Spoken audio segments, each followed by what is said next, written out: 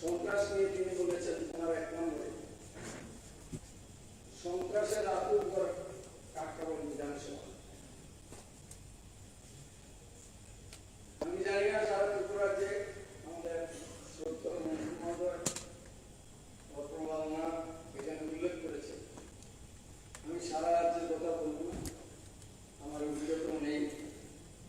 তো কাকরাইলে যে পরিমাণ সন্ত্রাস হয়েছে, আমার মনে হয় তিনি যে কথাটা বলছেন ঠিক 18 নির্বাচনের আগে বাংলাদেশ সন্ত্রাসের বলে আমি নিজেই হয়েছি। 11 অক্টোবর হিয়ারিং চলছিল মির্জাপুরে, সেদিন আমি অসুস্থ ছিলাম, আমি যাইনি। কিন্তু ভারতীয় জনতা পার্টি কিছু কার্যকর্তা সেখানে গেছেন, তাদেরকে আক্রমণ করা হলো।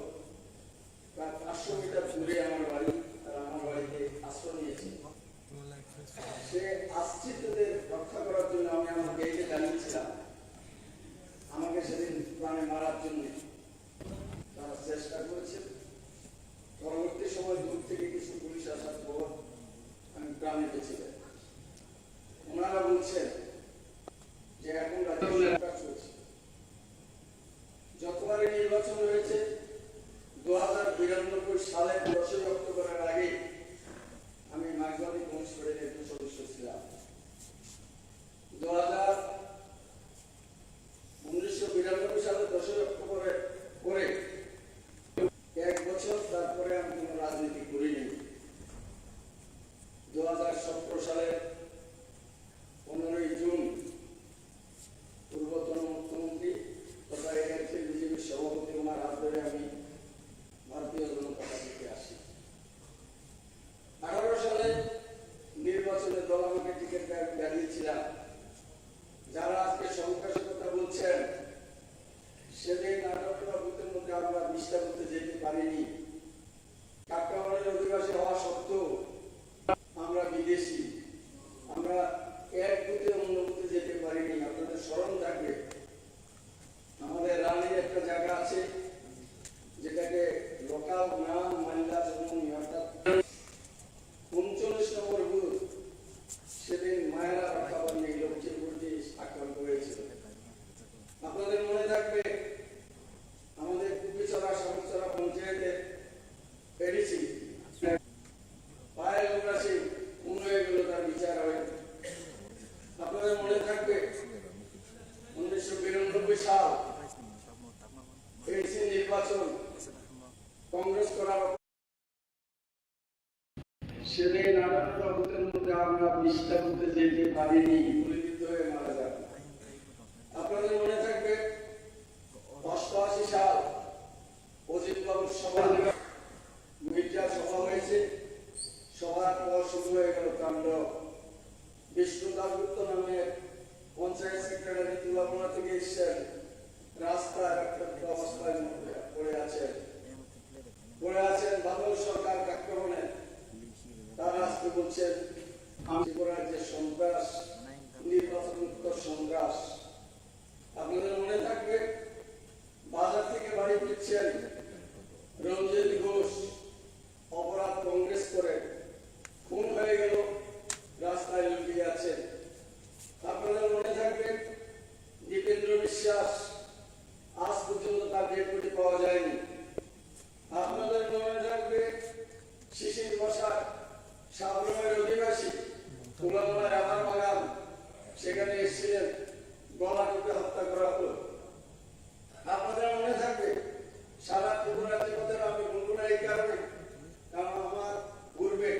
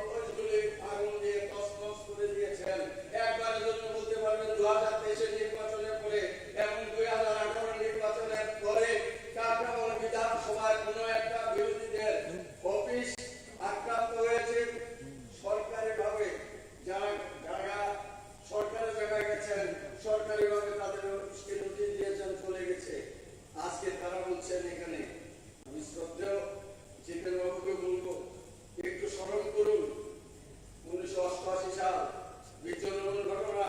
এখানে বিদ্যুৎ কর্মকে বলবো, দিনের দুপুর বেলায় সিপিআইএম ষড়যন্ত্রে সিদ্ধার্থ পালকে সেদিন খুন করা হয়েছিল। ঠিক থাকবে না মাস, থাকবে না মাসুরি। সুতরাং বাদল বাবুর রাস্তাটাকে পরিষ্কার করার জন্য এমন সিদ্ধান্ত নেওয়া হলো যে এখানে আজকে পতাকা তুলতে হবে।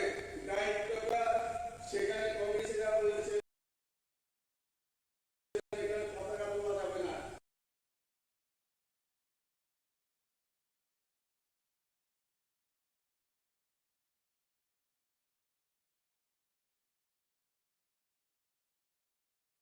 অশুদ্ধ হয়ে যেত যে সেখানে পতাকা তুলতেই হবে।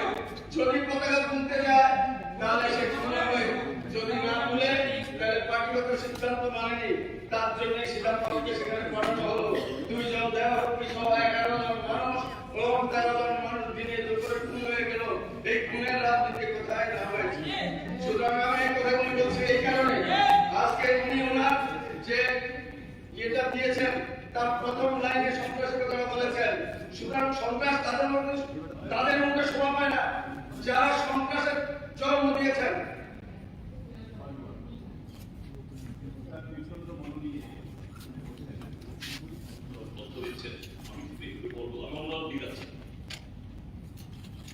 বীরচন্দ্র পল্ল এই ঘটনার পর মাননীয় আদালত বেশ কয়েকজন যারা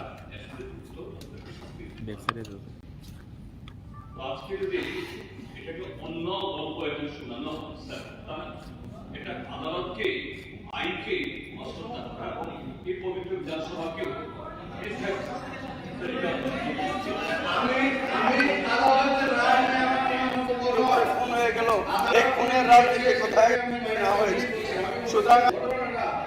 আপনারা কতদূর যেতে পারেন সন্ত্রাসের ক্ষেত্রে সেটা বলার জন্য আমি এই কথাটা বলেছি।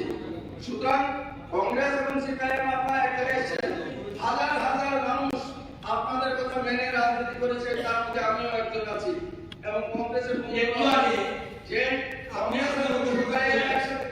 একটু আগে কথা বললেন যে পূজা কেন কি হবে, তখন আবার আমাদের কোথায় বললাম এরপরে সব শেষ হয়ে গেছে, এরপরে করতেছে আমি এই কথাগুলো বলছি এই কারণে, এনে অনেকগুলি কথা বলেছেন, সবগুলো জবাব দেওয়া যাবে না। সময় সংক্ষিপ্ত, আমাকে 15 মিনিট সময় দেওয়া হয়েছে। আপনি বলছেন গাড়ি বন্ধ হয়ে গেছে, সেটার উল্লেখ নাই কেন? আমি মাননীয় জিতেন বাবুকে প্রশ্ন করতে চাই, রাবার মিল ইন্ডাস্ট্রি এশিয়ার মধ্যে সর্ববৃহত্তম, সেটা কার সময় কখন কেন বন্ধ হয়ে গেল? একবার কি জবাব দেবেন? সেটা পুনরায় চালু হয়েছে এই পৃথিবী সরকার আসার পর। ত্রিপুরাতে রাবারের কোনো ইন্ডাস্ট্রি নেই, এখানে রাবার বেস ইন্ডাস্ট্রি প্রথম শুরু হয়েছে ডিএসইউ দিয়ে। ধর্মপাল সত্ত্বেও তারা এসেছেন, তাদের কারণে কারখানাটা বন্ধ হয়ে গেল। নতুন করে আজকে ম্যানেজমেন্টের কোনো কারণে বন্ধ হয়ে পড়ে সাটায় লেখ এই বন্ধ করে দাও, অর্থাৎ মজুরি বাড়াতে হবে, কারখানা বন্ধ করে দিতে হবে, তার জন্য দায়িত্ব। সুতরাং আমি এখানে বেশি সময় নেব না, আমি শুধু যে সন্ত্রাসের কথা আপনি বলেছেন তার জন্য এক ঝলক এখানে বললাম। এবং সার্বিকভাবে ত্রিপুরার যে উন্নয়ন আমি অন্য জায়গায় জানি না।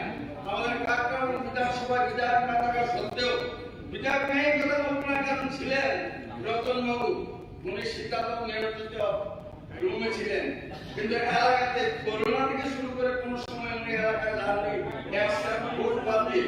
আমি এই কথাটা বলছি এই কারণে, রতন ভূমি আজকে এখানে কথা হচ্ছে কাকামুন নিয়ে, তার জন্য আমি রতন চক্রবর্তী বা রতন লাল না বলিনি। আপনার নিশ্চয়ই সম্মানিত বিধায়ক যারা আছেন, নির্বাচিত প্রতিনিধি তারা বুঝবেন। আমি এখানে কাকামুনকে উল্লেখ করছি, যারা 28 থেকে 18 পর্যন্ত সবার সময় তারাই মন্ত্রী ছিলেন, কিন্তু কাকামুনের উন্নয়নটা কি হচ্ছে, সার্বিক রাজ্যের উন্নয়নের কথা বলেছেন। আমাদের কাকামুনে 64 সালে একটা হাসপাতাল কাকামুনে একটা ব্লেড ছাড়া আর কিছু নেই, রোগী গেলেই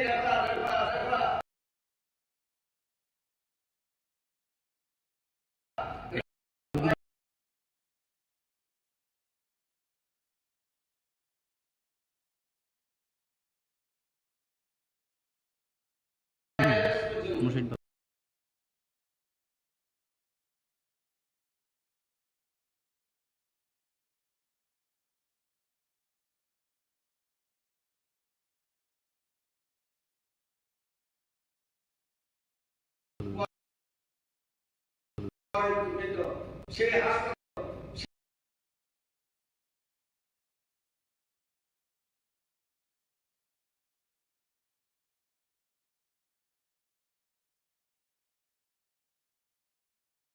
কি করে বেশি হাসপাতাল নেই তুলনা